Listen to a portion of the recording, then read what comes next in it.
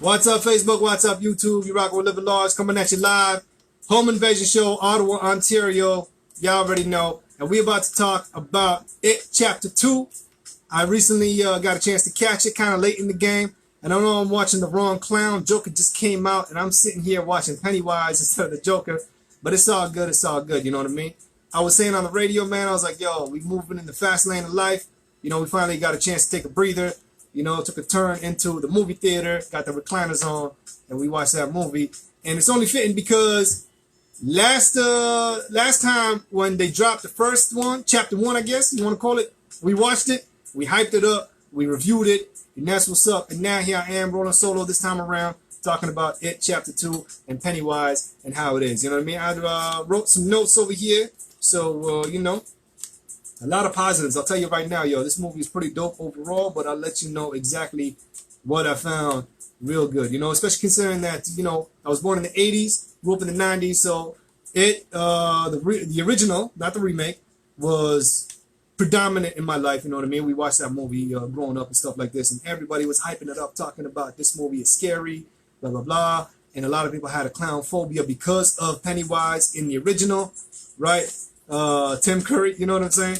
And I don't know, man, I wasn't feeling it. I was not feeling it at all, you know what I mean? And I just found it to be overhyped, you know? Especially considering that it was, I don't know. I guess I watched it late. I don't know. It's all good, though. We're going to talk about Chapter 2 right now. All right, so when it comes to the pros, man, I was like, you know, all the adult versions of the characters did the child counterparts justice. You know what I'm saying? I didn't feel like, because all the child actors, they set the bar up high, you know, especially for kid actors. For them to do that, that's crazy. You know what I mean? And I guess, you know, good direction, good storytelling, a good script can do that. You know what I mean? And the way these kids did it, man, it was up there, you know? So I felt like when it came to the adults, they had some pretty big shoes to fill, which is crazy because usually it'd be the other way around, you know? But hey, they did it up real good with this one right here, you know what I mean? I felt like it was a smooth transition. Every adult played like their kid counterpart growing up, you know what I mean? I didn't feel like there was a disconnect with that at all, you know what I'm saying? So it was cool with that, you know? Especially when you actually read through the trivia, they were saying that most of the kids got to choose who they wanted, the adults, of their version or whatever, you know what I mean? So it's crazy because like Jessica Chastain, she was chosen and she actually made the cut, you know what I mean? And it's crazy like that, you know? But there was a lot of other actors that the kids chose that really couldn't make it, you know what I mean? Chadwick Boseman being one of them, you know what I mean? He was tied up with Black Panther, so he couldn't really do it. Imagine that though, you know, he would have done it real good too, but you know, nothing against the actor that played Mike Hanlon when he was an adult. You know, again, I didn't feel no disconnect. I didn't feel like, you know, there was anything going on where it's like, you know, the adult did it better than the kid or the kid did it better than the adult. It was just a smooth transition. The last time I saw something like that was in Moonlight, you know, when they had, you know, the child, the adolescent, and the grown-up, boom, seamless. You know what I mean? Some crazy shit like that. You know what I mean? So a lot of people were talking about the beginning scene, the opening kill. Right? If y'all seen this movie or read the book, you'll know that there was a scene or a chapter in the book where they talk about this gay couple that ends up getting killed because, you know, for them being gay or whatever, they end up getting killed in Derry, right? And it's crazy because I know a lot of people were talking about this when they did chapter 1. They were talking, they're like, yo, this scene was gruesome. This scene is not politically correct, especially in this day and age, and will they do that scene? Are they going to be risque like that and do it up? Or are they going to play it safe and not add that scene whatsoever into the movie? And as soon as the movie starts, opening scene is this, dude gets killed, some crazy shit. You know what I mean?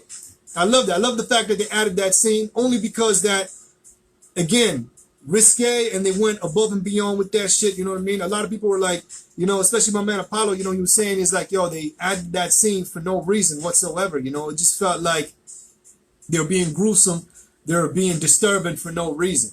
And to me, it's like, man, I've seen action movies all day. There was nothing that they did in that scene that you haven't seen in, say, Die Hard, or you haven't seen in, say, Pulp Fiction, or even Reservoir Dogs. You know what I mean? So to me, it's like, yo, you know, like, well, why we gotten soft like this? You know? But in the book, the way they did it was Pennywise's influence on the people of Derry, right? It's a malevolent creature. It's a malevolent spirit that causes people to go evil. You know what I mean? Causes people to pretty much look over, like look away from the thing or whatever. You know what I mean? They even did it in chapter 1 when they were bullying, damn, I forgot his name. I think his name was, it wasn't Mike. It was the fat kid, right? The architect or whatever. When they were bullying him, you see a car pass by and you see a group of kids holding this kid up against a fence and they got a switchblade.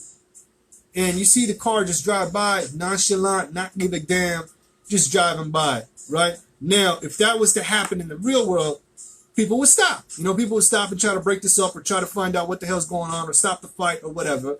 Or I guess in this day and age, pull out their cell phones and try to videotape it, whatever, try to get it on World Star Hip Hop, right?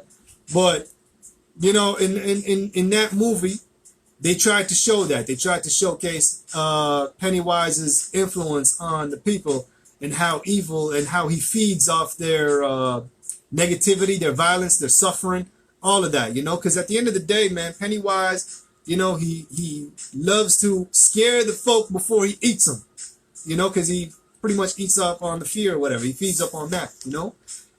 I want to talk about the story before anything else.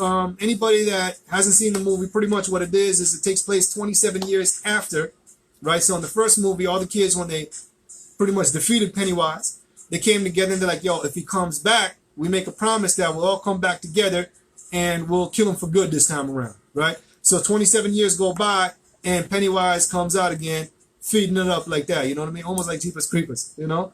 So he comes out and out of everybody, out of all the kids, Mike is the only one that stays put, and he pretty much keeps an eye out, keeps an ear out. Anything suspicious, anything malevolent, anything supernatural, or anything strange, you know, he documents and stuff like this, and he pretty much ties it all together, and he realizes that, yo, Pennywise is back, and so he calls up all the kids, and, you know, he brings them back, rounds them all up and stuff like this, and it's crazy because, like, in the movie, the way they did it was because Mike stayed in Derry, his memories were intact, but everybody else was scattered. They all left Derry. So because of that, they can't remember. They couldn't remember to the point like he had to describe, he had to let them know the scar on their hand, the promise. They made a blood pact at the end of the first movie. And he had to remind them why they have that scar on their hand, right? Some crazy shit like that, you know what I mean? So it picks up literally where it leaves off, and yeah, some crazy shit like this, you know what I mean? All right, so the movie's tone was all serious all around, and I love that shit because if you remember, for the original, there was a lot of shenanigans, there was a lot of funny moments where I find like the movie should have been serious. And I guess it wanted to be lighthearted because I guess a lot of people do have a phobia of clowns and stuff like this, so they try to not be as gruesome, not be as in your face or whatever. And it was just cornball like that. And again, that was the reason why I couldn't really get into it when everybody was hyping it up, saying, yo, this movie is scary, this movie is whatever, you know. I just could not get into it, you know. Granted, I watched that movie when I was in grade 6 or 7, right? So you can say like, you know, 10, 11, you know, around that time. And I still wasn't feeling it, you know what I mean? I thought it was whack, you know. Crazy shit. I remember renting at the time. I ended up renting The Shining and that one right there, It. And I vibe more with The Shining than I did with It. Even though The Shining had that screwball ending, it left you wondering, like, what the hell happened? You know what I mean? It's crazy shit like this. And it's crazy because, like, now they dropped chapter 2, and now they releasing Dr. Sleep, which is the sequel to The Shining, right? And I'm excited for that one. I will watch it. We will review it and shit like this, you know what I'm saying? But yeah, so there was a serious tone all around with this movie right here. Nothing was unintentionally funny. Whatever was funny was supposed to be funny, right? It was a joke that clicked. It was a joke that worked. It was something that was supposed to be funny that made you laugh. It wasn't something that was stupid and you're laughing about it. You know what I mean? It was something that was ridiculous, you laughing, or something that's corny and you laughing. You know what I mean? Nothing like the original. The original was like that. You know what I mean? And that I find with this one right here did it perfect. You know what I mean? This one right here did it a lot better than the first one, a lot better than the remake. everything like that. You know what I mean? So Bill Skarsgård was creepy, not corny. You know what I mean? I love Tim Curry, but Tim Curry was corny at times with that movie. You know what I'm saying? But Bill Skarsgård kept it all the way through. You know what I mean? From chapter 1 to chapter 2, flawless, seamless, continued on, even to the point where at the end when he turns into the giant spider or whatever, again, it felt natural. It felt, and it looked good. You know? When I watched the original and they had that giant spider or whatever, I was like, man, what is this shit? You know what I mean? This is the shit that got people scared. This is the shit that made people have nightmares and scared of clowns and shit like this. You know what I mean? It was stupid. It was legit stupid. I could not vibe with that movie, you know? And then this one, they pretty much had the same thing, and I liked it, right? And it's crazy, because, like, again, the same thing, right? They didn't do anything different. The design for the spider from the remake and chapter 2 was different, but it was dope in chapter 2 because they still kept him as Pennywise. You know what I mean? It wasn't a spider with Pennywise head. It was legit Pennywise as a spider with 8 legs or whatever. You know what I mean? He still had the ruffles, still had the clown outfit, all of that. You know what I'm saying? So that to me was done right. It was done better than the remake, you know? So that was pretty good right there. You know what I mean? I love the stylized storytelling. You know what I mean? They had scenes where they were going between their child selves to their adult selves, you know? There was a scene especially where they found their tree house almost, you know what I mean? It wasn't really a tree house. It was more like a bunker that they made into like a fort or whatever. And you see them like when they first discover it, the adults, and then they have a scene, like a shot of the ladder. And when they were going down, it wasn't the adults, it was the kids, you know? So I love that shit. I'm like, yo, you know what I mean? Anything stylized like that than the boring wipes or the transitions like this or whatever, I vibe with, you know? To me, it takes extra, it's more creative pretty much, you know what I mean? You got to think out the box or whatever, and it's dope like this, you know what I mean? I'm seeing it more and more now, too, with the stylized storytelling like this, you know what I mean? True Detective Chapter 3 or whatever, you know, I'm calling it Chapter 3. Season 3, they did it too, you know what I mean? All around, you know, everything, the transitions from the younger character to the older character was all stylized like this, and they did it up in the same way right here with It Chapter 2, and I was digging it, you know what I mean? I was vibing with that, you know what I mean? I love the Stephen King cameo, and I think Stephen King should start doing that from now on. Pretty much pull Stan Lee, you know what I mean?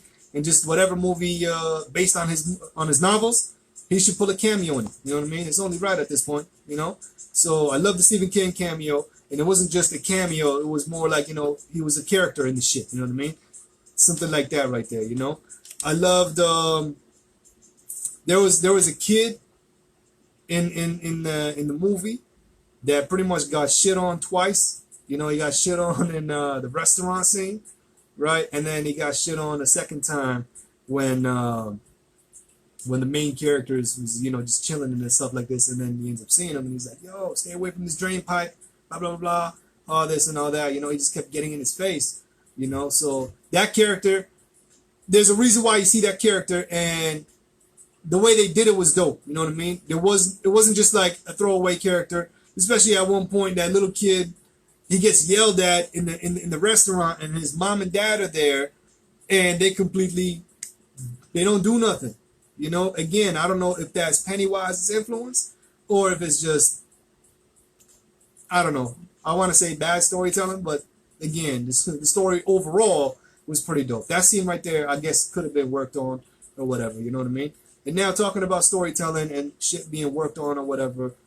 When Apollo watched the movie and that whole the whole scene where it was homophobic, whatever, the crime where they killed the gay couple or whatever, right? Apollo was like, yo, it felt like they just added it for nothing. But again, from the book, if you read it and stuff like this, it tells you that Pennywise's influence on you know, the city or whatever is negative and stuff like that. He pretty much forces negativity and suffering out of the people and pretty much the feed or whatever. And when I told him that, he's like, yo, see, that makes sense. But they failed to acknowledge that in the book, or in the movie, I mean. You know what I mean? In the movie, they didn't mention nothing. They didn't add no scene like that or whatever. And because of that, it just felt out of nowhere and out of place, you know? Some shit like this. So maybe, again, that could have been worked on too, you know? Some shit like this, right? But again, overall, man, it was a dope movie. It was a dope movie overall. I like the way they did it. And it's very hard for me to say that this is better than the remake, right? But, I mean, the original, right? This is better than the original. Because me, I vibe with the emoji movies or whatever, you know what I mean? But this one right here takes the cake, man. You know, and I was actually thinking to myself, I'm like, yo, I'm actually glad that my daughter, when she's watching Pennywise, right? When she's watching Pennywise, this is going to be the definitive version of Pennywise for her, not that cornball Tim Curry version or whatever, you know what I mean? I'm actually ashamed of that version, you know what I mean? Much love go out to Tim Curry, but that movie was whack all around, you know what I'm saying? So to me, I felt like it was dope that they had this version right here, because even I'm willing to claim it. I'm willing to claim this as the definitive version of Pennywise, the definitive version of it. Better movie overall, serious tone, the atmosphere was dope. You know, when shit was funny, it was supposed to be funny. It wasn't cornball. The giant spider looked better than the original, right? And it just felt good, you know what I mean? They actually added more to the lore, I guess, to the backstory of Pennywise and what he is. And they added some scenes where I feel they should have had in the original. But I guess because of the runtime or whatever, they didn't want to do it. Because honestly, Chapter 1 and Chapter 2 of these movies, if you put them together, they're like 5 hours long, you know? And I want to see it, that version. I want to see a movie where it's seamless all throughout. You know what I mean? I don't want to see no intermissions or whatever. I want to see it go from Chapter 1 to Chapter 2 blended in one movie, released like that, Grindhouse style. I'm willing to watch it like that. You know what I mean? Some crazy shit like this, you know? But yeah, definitely recommend it. Definitely check it out. In terms of cons, I didn't really have much. You know, I guess the way the story and the characters treated Mike Hanlon, I didn't like it very much. You know what I mean? This is the centerpiece. He was the main character that stayed in Derry. So he was the one pretty much letting us know what it is and filling in the gaps for the viewers, us, right? And some of the characters or whatever, you know what I mean? So the way they treated him was kind of like an eccentric. They almost treated him like a crazy cat lady at certain points. And I didn't like that very much. I'm like, man, they should be not really looking up to this guy, but he should be like the second in command type thing. You know what I mean? He should be the one leading and taking charge. And in certain scenes he did. But then as quickly as he was to be in charge, they kind of turned on him. You know what I mean? Just like cussing him out and shit like this. And just mistreating him and stuff like this. I'm like, damn, man, come on now. They could have done better with this character. You know what I mean? But, like, again, these characters, they all split apart. They all left Derry, right? So for them to come together again and to have Mike be the centerpiece and to fill in the gaps for them and shit like this, I think as people, they would have been more receptive to this guy instead of pushing him away and thinking that this guy is crazy, especially when they see the shit happening, you know? They still think that he's crazy and shit. So to me, I was like, I don't know, you know what I mean? That, and if you read the book, there's a scene in the book where there's a big giant turtle that gets introduced because, again, these are cosmic beings. Pennywise is a cosmic being. So, you know, if Pennywise is the antagonist, right, the giant turtle is the one trying to stop Pennywise. And I feel like if they added that giant turtle, it definitely would have differentiated and stood out from the remake or the original. You know what I mean? Because they never had that scene. They never alluded to it. They never mentioned it. Nothing like that. You know what I mean? And in this version, they talked about it being a cosmic being. They talked about Pennywise being a cosmic being like that. And I feel like because they touched up on that, they should have had the cosmic turtle and shit like this. You know what I mean? So I feel like they should have had that and just wrapped it up like this, you know? So that's it pretty much. That's it. Dope movie. Highly recommended. Out of 4 stars, I don't do 5, man. We don't do odd numbers around here. It's always even. Out of 4 stars, definitely give it 3.5. Y'all should check it out. The only reason why I'm giving it 3.5 is because if it was the full 5-hour cut, 4 stars. Straight up 4 stars. You know what I'm saying? And again, new generation, old generation, this is the version y'all need to see. This is the version that y'all should be watching. Forget the remake. Forget the, I keep saying remake. This is how I'm programmed, dude. You know what I mean? I'm programmed to hate the remakes. You know what I mean? But y'all, this remake stood out. This remake is the definitive version. Y'all need to check out the remake and dismiss the original. I might get shit on. I might catch some heat for saying that, but it's the truth, man. It is what it is. Let me know what y'all thought, though. You can find me on Twitter at LivinLarge187. Once again, at LIVINLarge187. Did you vibe with the movie? Did you hate it? Do you prefer Tim Curry, or do you prefer this version right here? Let me know. We can talk, we can argue, we can hash it out. However you want to do it, we can do it. And that's what's up, right? Time now is 5:26. We're gonna kick it back to the tunes. We got what we got right here? We got Me Against the World, Tupac, Dramacidal, and Puff Johnson. Y'all already know what it is. Keeping that legacy alive, man. I want to say rest in peace go out to Tupac. Rest in peace go out to Gaddafi. Y'all already know, man. Fallen soldiers, and we're keeping them alive right here on the show. Home Invasion, living large, baby.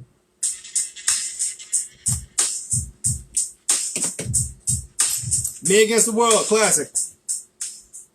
Right? Now, let me know what y'all thought. Did y'all check out that movie? Straight up, man. I'd love to hear from y'all in the comment section below. Facebook, YouTube, however you want to do it, we can do it. Let's do it up like that. You know what I'm saying? Take care of yourselves and each other, like Jerry Springer say. Catch y'all next week. Peace out, y'all.